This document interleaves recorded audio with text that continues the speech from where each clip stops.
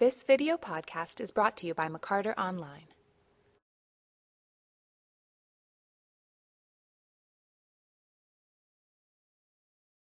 I remember I just graduated from the Yale School of Drama, and I was walking home. I caught a plane to Miami, and then I took the bus from the airport home, and I walked down the street that I had grown up in, and there was like 9 little kids running down the street, and I was walking home with my bags, and one of the little kids ran in front of me and was like, "You a faggot!" And I was like, "They're 9." And I wanted to be upset about it, but I couldn't because they're 9. And there's somewhere that they learned this word and the need to say this word, and I said, "Oh, but," and so for me, it didn't matter if I graduated from Yale, from Harvard. It didn't matter that I had become one of the fastest writers and playwrights. All these accolades, and they still don't count, because when I go home, there are still 9-year-olds who think that you are a faggot if your pants aren't hanging off your ass and you don't sling drugs. So for me, in order for me to there's a moiety that must be connected, and until I can make that bridge happen, I have tons of work to do. So I always think of home as the place that I have to shore up myself to return to, and so you guys are part of me shoring myself up.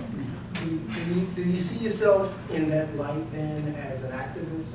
I know I put this question to you before. Do you see yourself as an activist now? Yeah, I have to, because at some point, I became forcibly. You can't. At a certain age, you realize how much of your life is relegated by policy, and realize that if you don't speak the truth, you will be subject to run from it. Jose Rivera, who taught us a very small seminar at the Yale School of Drama, once said, if you don't write down what is true, that play, that piece of work that you've written, will haunt you for the rest of your life until you get it right. And you will keep thinking about it and keep figuring it out. And this last play that I written, the third one, I've written about 90 drafts of that play. And because at some point I really felt like I hadn't spoken the truth in it. And then I finally said, because the truth is so complicated about this young man's life. This is Marcus, or the Secret Suite. I actually, I have to leave it as that and let it be that complicated, rather than clean it up. Because that's really what I'm good at. I go and get a plate, I make a big mess, and I go, okay, now I'm going to clean. And I make it really pretty and clean, and everybody goes, oh, it's a clean plate, the end, curtsy.